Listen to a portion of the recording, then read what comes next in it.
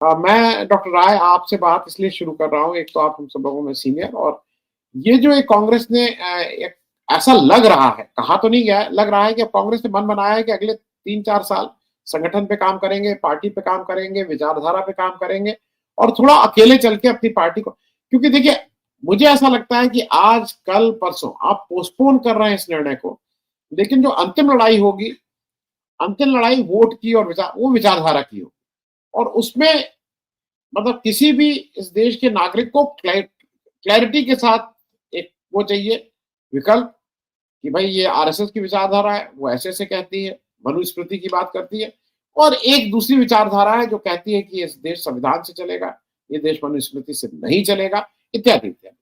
मैं इसी पे ज़रा आपसे कर रहा हूँ कि ये जो शॉर्ट टर्म में हो रहा है कि नहीं-नहीं देखिए कांग्रेस गठबंधन तोड़ रही है, इत्यादि, इत्यादि। वस्तु स्थिति क्या है और ये क्या अब एक नए कांग्रेस की हम लोग शुरुआत देख सकते हैं यहाँ से एक नए आंदोलन की या नए संगठन की? आनंद जी, अभी दिल्ली का सवाल है। दिल्ली में कांग्रेस ने तो नहीं पहले कहा कि हम अकेले लड़ेंगे। केजरीवाल ने अनाउंस किया कि हम अकेले लड़ेंगे। अखिलेश यादव बिना बुलाए मेहमान वहां पहुंच गए, उन्होंने कहा कि हम आपका साथ देंगे, आप आगे बढ़ो। ममता बनर्जी का सवाल उठाने लगे ये लोग। कांग्रेस तो वहां लड़ रही है अब, जब लोगों ने उसका साथ छोड़ दिया।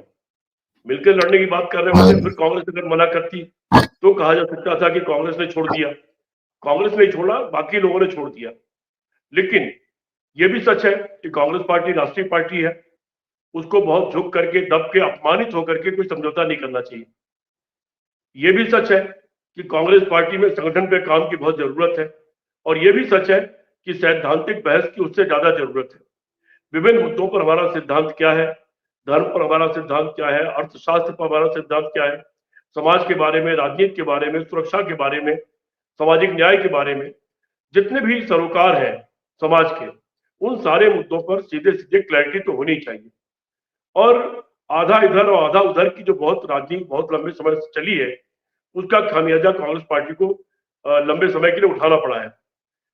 वो दौर था इंदिरा गांधी के वक्त तक या कुछ हद तक राजीव गांधी के टाइम तक भी, जब सीधे सीधे ये था कि हम सेकुलरिज्म में विश्वास करते हैं, हम समाजवादी विचारधारा में विश्वास करते हैं, हम सह अस्तित्व में विश्वास करते हैं, सब धर्मों का सम्मान करते हैं, लेकिन किसी धर्म की तरफ हमारा पलड़ा नहीं झुका रहेगा। तो और न जात पर न पात पर मुहर लगेगी हाथ पर। जब इस नारे के साथ कांग्रेस पार्टी चलती थी तो कांग्रेस पार्टी ने लगातार विजय हासिल किया था। जात की बात उस मायने में करना कि सामाजिक न्याय अधूरा है और अगर अधूरा है तो कैसे पूरा किया जाए, उस मायने में करना, जाति जनगणना की बात करना एक अलग मामला है, लेकिन सिर्फ जात की बात करना एक अलग मामला है। कांग्रेस पार्टी हमेशा इससे दूर रही है और वो अपने उसी नारे पर कायम रही है। आपने ठीक बताया कि अब अगर बेलगांव में जाकर के ये होता है कि वैचारिक धरातल पर क्या काम करना है, क्योंकि विचारों की अगर क्लैरिटी होगी तो उससे नया नौजवान प्रभावित होगा। शिक्षा बढ़ रही है, हर हाथ में मोबाइल है, सारे लोग तमाम चीजें देखते हैं, बहस सुनते हैं। तो अगर क्लैरिटी होगी विचारों की तो निश्चित तौर पर वो कहीं ना कहीं प्रभावित करेगी या देश को विभाजित करेगी दो धड़े में, जैसे शुरू में किया था। हिंदू महासभा भी थी, कांग्रेस भी थी, जनसंघ बनी बाद में, आरएसएस था, कांग्रेस थी, कम्युनिस्ट पार्टी थी, सोशलिस्ट पार्टी अलग बन गई थी कांग्रेस से निकल करके। सबके अपने अपने विचार थे और सबने सीधे सीधे अपने विचारों को लोगों के सामने रखा था और देश की जनता ने यह तय किया कि नहीं, हम तो कांग्रेस के साथ रहेंगे।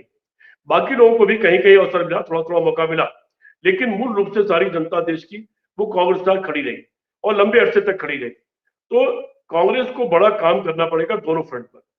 दूसरा, संगठन का जहां तक सवाल है, उसमें भी निश्चित तौर पर बड़े काम की जरूरत है। कोई विधानसभा सीट ऐसी ना हो जिसमें कम से कम 5 लोग होल टाइमर ना हो।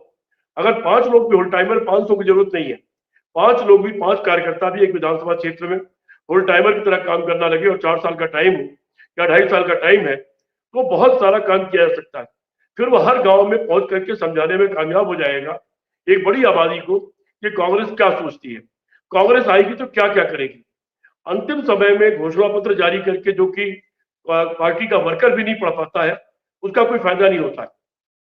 अगर ये शुरुआत से ही हर चीज पे क्लैरिटी हो जाए, हम आएंगे तो रोजगार पर क्या करेंगे, हम आएंगे तो आर्थिक नीतियों पर क्या करेंगे, हम आएंगे तो कर्जे को कैसे उसको उसको कैसे सेटल करेंगे, कैसे ठीक करेंगे। जो कर्जा अनाप शनाप सरकार ने 10 साल में बढ़ा दिया है, हम आएंगे तो चीन के साथ क्या करेंगे, पाकिस्तान के साथ क्या नीति होगी, पड़ोसियों के साथ क्या नीति होगी, समाज को कैसे एकजुट रखेंगे, दंगों को कैसे कंट्रोल करेंगे, और सामाजिक न्याय को कैसे देंगे, और सबको न्याय कैसे देंगे। इन सारे मुद्दों पर कांग्रेस पार्टी की क्लैरिटी निश्चित तौर पर होनी चाहिए।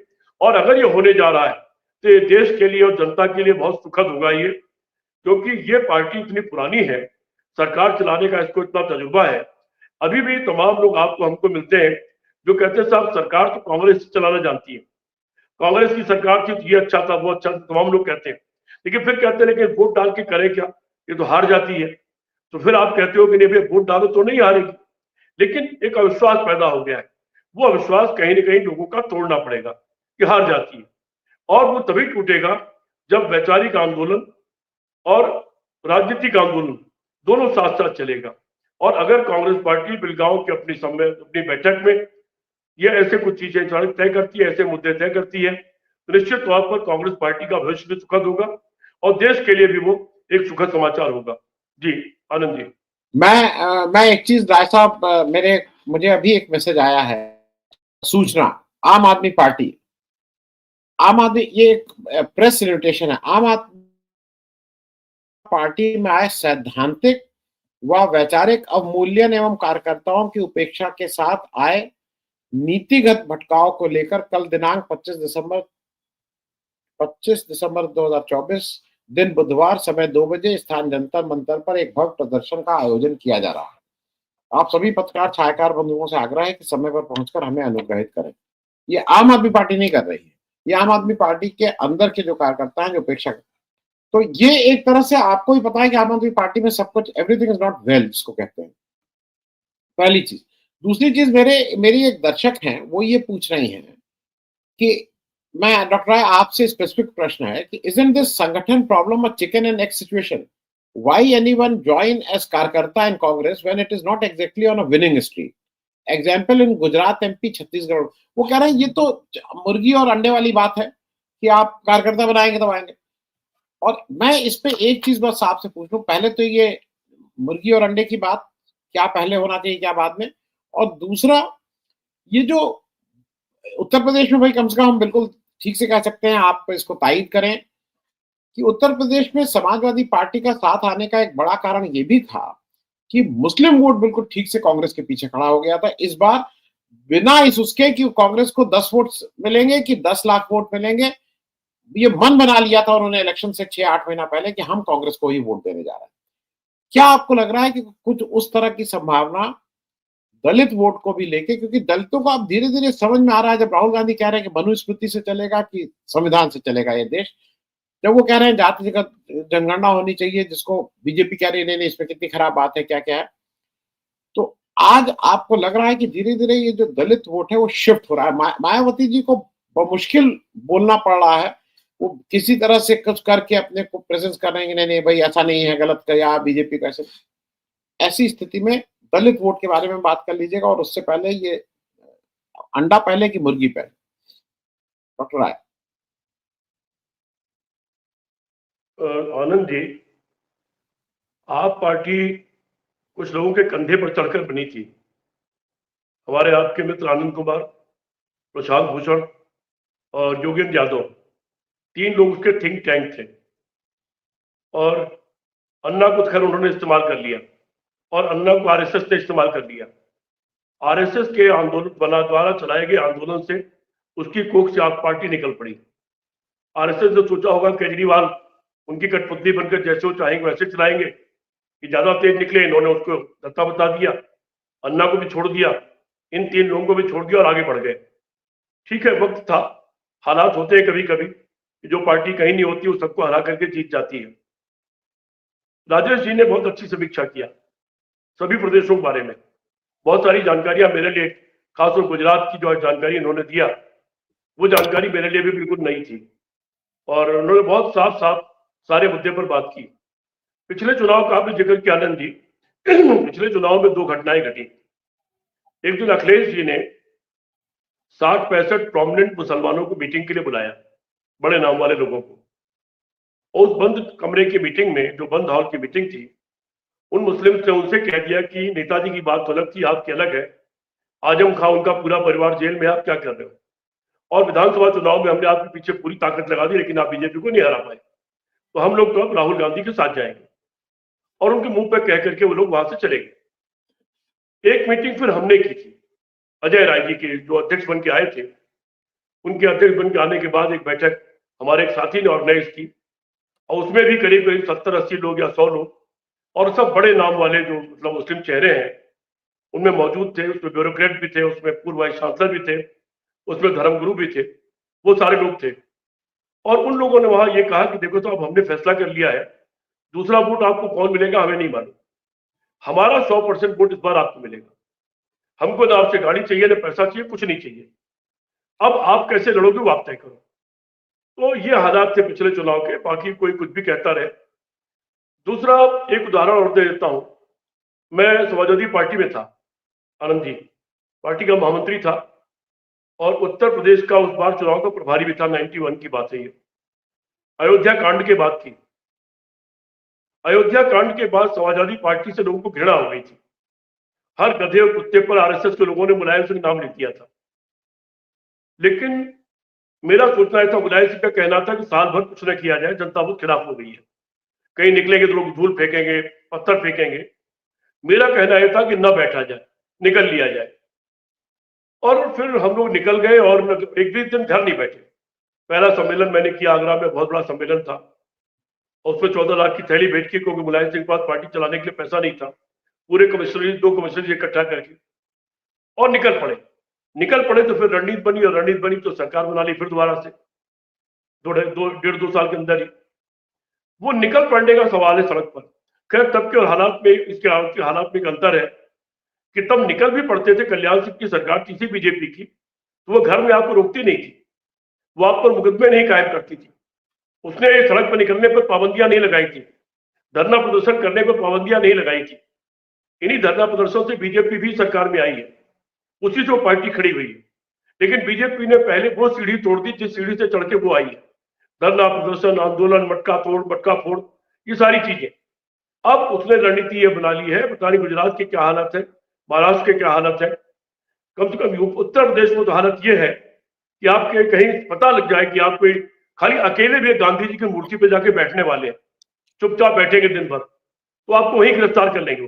पहले तो घर से निकलने नहीं देंगे, आप कहीं से छुप के पहुंच गए तो जाके गिरफ्तार कर लेंगे। वो गांधी जी की मूर्ति पे बैठ के आपको गांधी जी की रामधुन भी गाने की परमिशन नहीं देना चाहते, वो अम्बेडकर साहब के माला भी पहनाने की इजाजत नहीं देना चाहते। ये एक अजीब आतंक का राज है। अभी उत्तर प्रदेश में लखनऊ में विधानसभा घेराव का कार्यक्रम किया अजय राय जी ने अध्यक्ष के रूप में। खैर वो लगातार संघर्ष करते रहते हैं, मीडिया में आया या ना आया अपनी जगह अलग बात है। और हर घर पर जिलों जिलों में पुलिस ने आतंक मचाया, सबको डराया धमकाया, नोटिस थमा दिया, पूरी कोशिश की कोई घर से न निकलने पाए। 2-3 पुलिस अधिकारियों से मेरी बात हुई, उन्होंने बताया कि हमको तो ऊपर से आदेश आया है कि खबरदार जो कोई निकल के लखनऊ पहुंच गया, लेकिन उसके बावजूद 7-8 हजार लोग लखनऊ पहुंच गए। और आप लखनऊ में रहते, आपने देखा ही होगा कि कैसे बल्लम भाले टाइप के वो बैरिकेड्स लगाए गए और कितना आतंक बचाया गया, और एक कार्यकर्ता मर गया। और मीडिया ने कोई खास वो तवज्जो नहीं दिया जो हमको पहले दिया करती थी विपक्ष में रहने पर।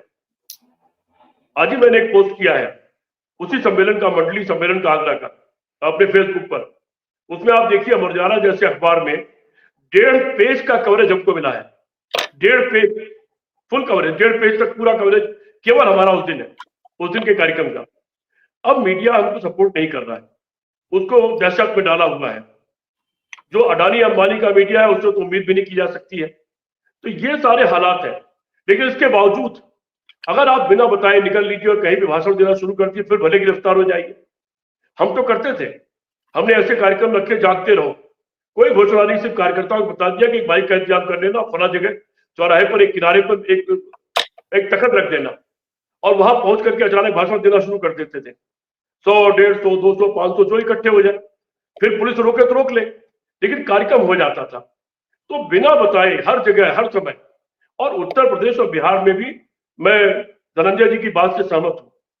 राहुल गांधी एक सेंट्रल पॉइंट है, ये सच है कि वो देश के नेता है, लेकिन अगर वो बिहार और उत्तर प्रदेश में यात्राएं करने दो और खड़गे साहब पैदल नहीं चल सकते तो वो गाड़ी से यात्रा कर ले, राहुल जी भी गाड़ी से चाहे यात्रा कर ले, मुलायम सिंह का भी हम लोगों ने क्रांति रथ निकाला था, उस क्रांति रथ से वो खड़े हुए, चंद्रशेखर जी अपनी पदयात्रा से खड़े हुए। तो यात्राएं हमेशा आपको लोगों से जोड़ती हैं, यात्राएं हमेशा आपको पद और पहचान देती हैं, प्रतिष्ठा देती हैं और जनता से जोड़ती हैं। अगर भारत की यात्रा राहुल गांधी ने नहीं किया होता तो आज राहुल गांधी इतने बड़े और मजबूत नेता नहीं होते कि विपक्ष के अघोषित रूप से वो अकेले नेता है। वो आज उनके ऊपर जो तमाम सस्ती बातें किया करते थे आरएसएस के लोग, वो करने की हिम्मत नहीं रही है, उस यात्रा ने किया है। उत्तर प्रदेश जैसा मैंने पहले कहा है, होता क्या है पार्टी में आज भी राजेश जी तमाम ऐसे लोग नौजवान हैं जो रोज कहते हैं कि हम पार्टी ज्वाइन करना चाहते हैं। डिस्ट्रिक्ट जज retired, DIG retired, IG retired, बड़े बड़े लोग ये कहते हैं कि हम तो कांग्रेस पार्टी ज्वाइन करना चाहते हैं। ठीक है, आपने ज्वाइन भी करा लिया, ज्वाइन करा के आप भूल गए।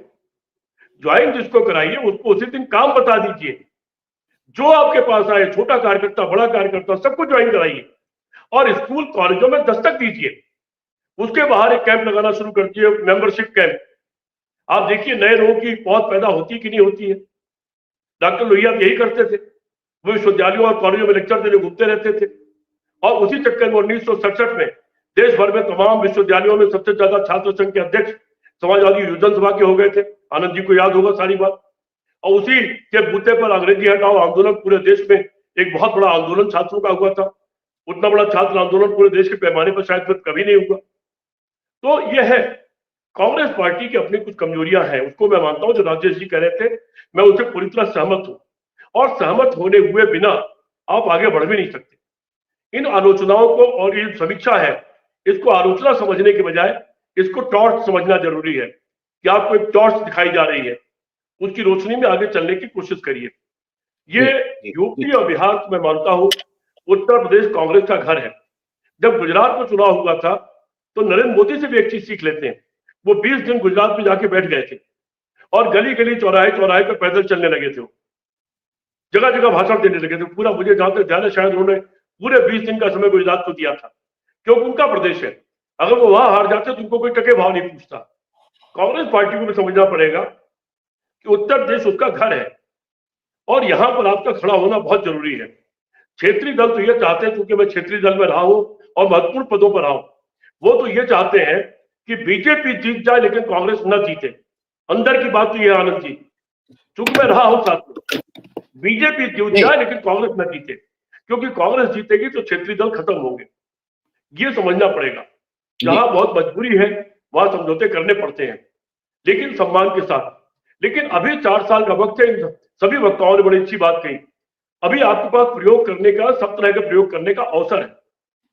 दीपक बावरिया जी का जिक्र किया राजेश जी ने, मेरी उनसे मुलाकात हुई थी हरियाणा चुनाव के पहले। मैंने उनसे कोई बात कही थी, कुछ उनकी मदद करने की मैंने पेशकश की थी किसी रूप में, राजनीतिक मदद, कोई सहयोग करने की, कुछ जानकारी का सहयोग करने की, बहुत सारी बातों के बारे में। लेकिन उन्होंने वो सहयोग लेने की जरूरत नहीं समझी। उनको नहीं लगा कि मैं जो बता रहा हूं वो कितनी गंभीर बात बता रहा हूं। तो ये इस तरह के चीजों के सहारे तो पार्टियां खड़ी नहीं हो पाती। पार्टी तो बड़े खुले दिल से खड़ी होती है और जो कोई ऑफर करे कि हम आपको कुछ मदद करना चाहते हैं, काम करना चाहते हैं, उसको ले लीजिए। बढ़ जाएगी संख्या थोड़ी सी, क्या फर्क पड़ता है। कुछ करेगा नहीं, कुछ नहीं, संख्या बढ़ाएगा, उसकी गाड़ी और वो घूमता हुआ दिखलाई पड़ेगा।